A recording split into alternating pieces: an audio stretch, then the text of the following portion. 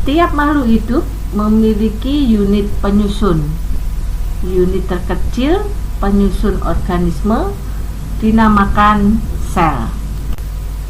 Secara struktural, sel merupakan unit terkecil dari organisme hidup yang dapat melaksanakan kehidupan. Secara fungsional, sel berfungsi untuk menjalankan fungsi kehidupan, kemudian membentuk organisme. Di alam ini, kita membagi sel ke dalam dua kelompok, yaitu sel prokariotik dan sel eukariotik. Istilah prokariotik dibangun dari kata pro dan karyon. Pro artinya sebelum, karyon berarti inti. Jadi, prokariotik berarti sebelum inti.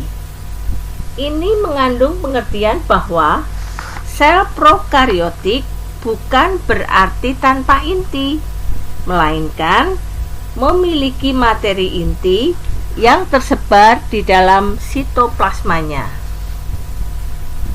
Sel prokariotik merupakan bentuk kehidupan yang terkecil dan memiliki metabolisme paling bervariasi. Memiliki komponen dasar, di antaranya membran sel, sitoplasma, ribosom, nukleus. Materi genetik yang belum terlindungi oleh membran inti sel. Beberapa memiliki kapsul yang menyelubungi dinding sel.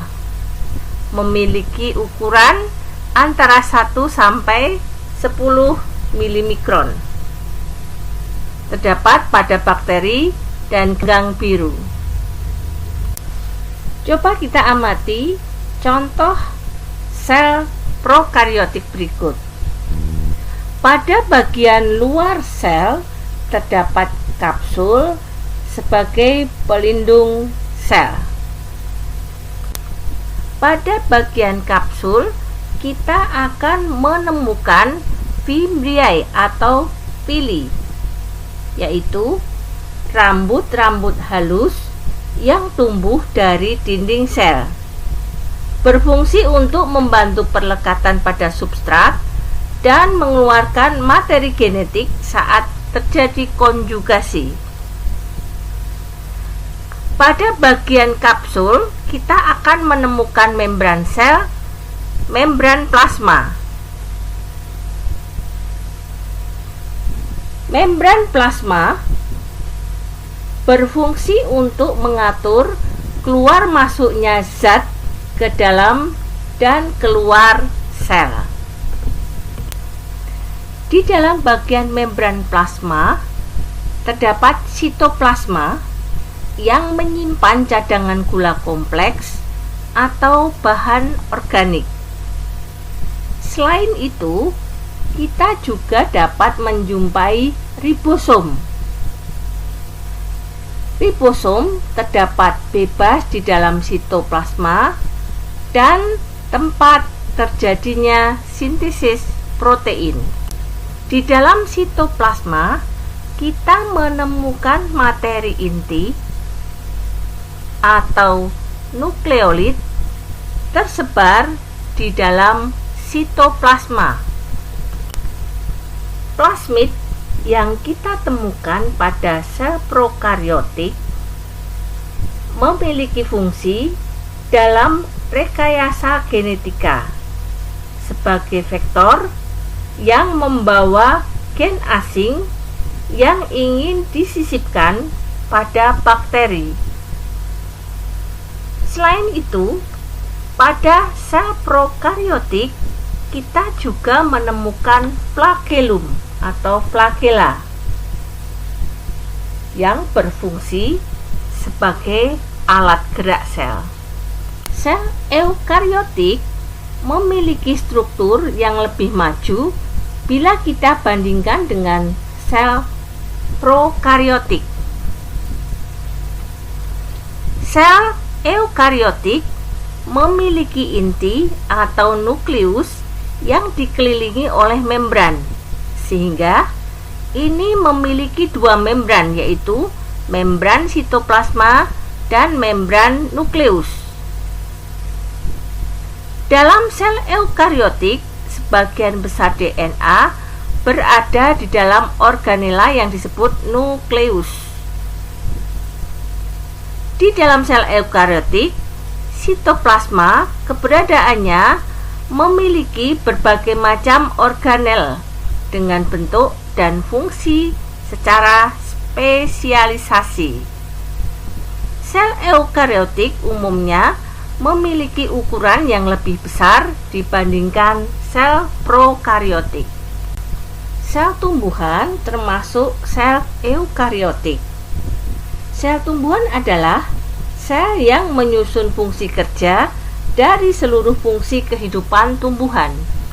Pada sel tumbuhan, kita akan menemukan bagian dinding sel, membran sel, dan sitoplasma. Di dalam sitoplasma, kita akan menemukan organela-organela yang menyusun sel tumbuhan, yaitu nukleus, nukleolus, retikulum endoplasma, perioksisom, badan Golgi. Bagian lain yang kita temukan pada sitoplasma adalah mitokondria, ribosom, amnioplas. Organela lain yang kita temukan di dalam sel tumbuhan adalah kloroplas, vakuola. Vakuola pada sel tumbuhan memiliki ukuran yang lebih besar dibandingkan dengan sel hewan. Sel hewan adalah sel eukariotik yang menyusun jaringan hewan. Mari kita perhatikan sel hewan berikut ini. Berbeda dengan sel tumbuhan, sel hewan tidak memiliki dinding sel. Sel hewan memiliki membran sel, nukleus, nukleolus, mitokondria, retikulum endoplasma. Pada sitoplasma sel hewan, kita akan menjumpai lisosom, retikulum endoplasma, badan Golgi, dan vakuola yang memiliki ukuran lebih kecil dibandingkan dengan vakuola sel tumbuhan. Sel tumbuhan merupakan salah satu pembeda antara sel tumbuhan dan sel hewan, karena dinding sel hanya dapat kita jumpai pada sel tumbuhan saja. Dinding sel ini terbentuk dari polisakarida dan protein lainnya yang berperan penting dalam mempertahankan bentuk sel, melindungi sitoplasma dan membran plasma dari kerusakan mekanis, dan juga sebagai alat transportasi zat dari dalam keluar sel atau sebaliknya. Sitoplasma merupakan cairan matrik atau zat seperti gel yang berada di dalam sel, tersusun atas partikel berupa air, protein, lemak, karbohidrat, vitamin, dan enzim. Sitoplasma berfungsi sebagai tempat berlangsungnya reaksi metabolisme yang terdapat di dalam sel. Inti sel atau nukleus merupakan pusat pengaturan sel. Di dalam nukleus ditemukan adanya cairan yang disebut nukleoplas dan anak inti atau nukleolus. Di dalam nukleus terdapat materi genetik yang dikenal sebagai kromosom. Nukleolus disebut juga butir inti atau anak inti, tidak memiliki membran atau selaput. Nukleolus berfungsi dalam mensintesis RNA protein dan juga dalam pembentukan ribosom. Ribosom bertugas mensintesis protein. Sel dengan laju sintesis protein tinggi akan memiliki banyak sekali ribosom. Contohnya, pada sel hati. Di luar inti sel, ribosom ada yang melayang-layang bebas di sitoplasma dan ada yang melekat pada retikulum endoplasma atau yang dikenal dengan RE. Retikulum endoplasma adalah membran tertutup yang berfungsi mengangkut bahan protein yang disintesis oleh ribosom. Ada dua jenis retikulum endoplasma. 1. Retikulum endoplasma kasar, memiliki ribosom yang melekat. 2. Retikulum endoplasma halus, tidak memiliki ribosom yang melekat. Aparatus Golgi juga merupakan salah satu organel yang membrannya terbentuk dari lipoprotein. Organel ini banyak dijumpai pada sel hewan dan sel tumbuhan. Strukturnya memiliki bentuk bertumpuk-tumpuk pada kantong-kantong pipih yang sangat kompleks. Protein atau bahan lain yang muncul dari retikulum endoplasma akan diterima oleh aparatus Golgi dan diubah menjadi bentuk yang dapat digunakan sel dengan cara melipat protein menjadi bentuk yang dapat digunakan atau dengan menambah bahan lain seperti lemak atau karbohidrat.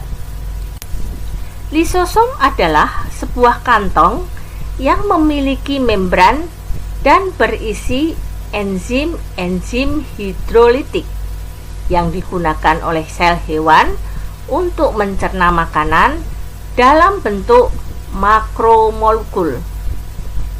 Lisosom memiliki struktur yang agak bulat yang dibatasi oleh membran tunggal. Lisosom mengandung enzim pencernaan makanan, menguraikan molekul makanan yang masuk ke dalam sel. Lisosom juga melakukan penguraian pada organel yang rusak yang disebut dengan fagositosis. Contoh sel yang melakukan fagositosis adalah sel darah putih yang berperan penting dalam sistem kekebalan tubuh.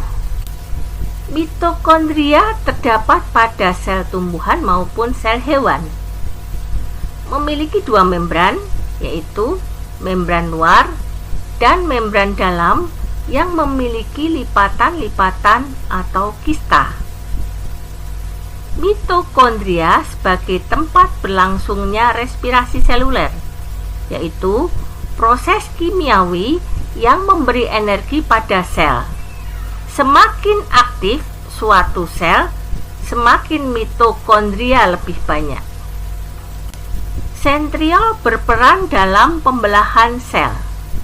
Sentriol hanya ditemukan pada sel hewan. Plastida merupakan salah satu organel yang terdapat pada sel tumbuhan yang sangat berperan penting dalam proses fotosintesis. Plastida ini memiliki kromoplas yang mengandung klorofil yang disebut dengan kloroplas. Kloroplas merupakan plastida yang mengandung pigmen, misalnya karotin, phycodanin, phycoxanthin, dan phycoerythrin. Kloroplas ini berperan dalam mengubah energi cahaya matahari menjadi energi kimia yang tersimpan dalam molekul gula. Banyak sel yang terdapat pada tumbuhan memiliki vakuola sentral yang besar. Bentuk vakuola tumbuhan berbeda dengan pada sel hewan, karena pada sel hewan bentuknya lebih kecil.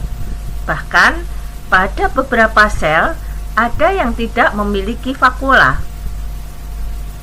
Vakuola yang terdapat pada sel tumbuhan berperan dalam menyimpan zat makanan, menguraikan zat sisa. Vakuola pada hewan berfungsi sebagai penyimpan dan memelihara sel dari tekanan. Vakuola berfungsi juga dalam kegiatan autofagi, yaitu melakukan proses pemecahan komponen-komponen sel yang tidak lagi dibutuhkan. Anak-anak, sekian untuk materi sel kali ini. Semoga memberikan manfaat dan pemahaman tentang materi sel. Semangat belajar anak-anak, sampai bertemu di materi yang lain. Setiap